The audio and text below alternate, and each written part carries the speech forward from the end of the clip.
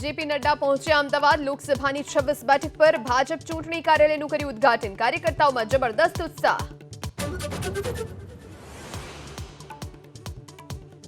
રાજકોટમાં ભાજપના વરિષ્ઠ નેતા વજુભાઈ વાળાનો મોટો દાવો કહ્યું વિપક્ષના ધારાસભ્યમાંથી હજુ વિકેટ પડવાની છે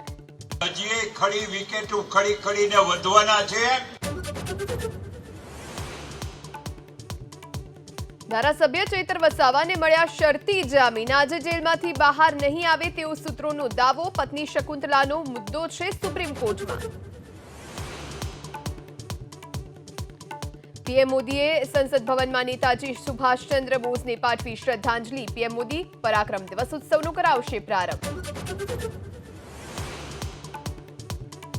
પ્રાણ પ્રતિષ્ઠા બાદ રામલલાના દર્શન માટે ભક્તોની ભારે ભીડ દર્શન માટે નવી વ્યવસ્થા જાહેર પહેલા વૃદ્ધો અને મહિલાઓ કરશે દર્શન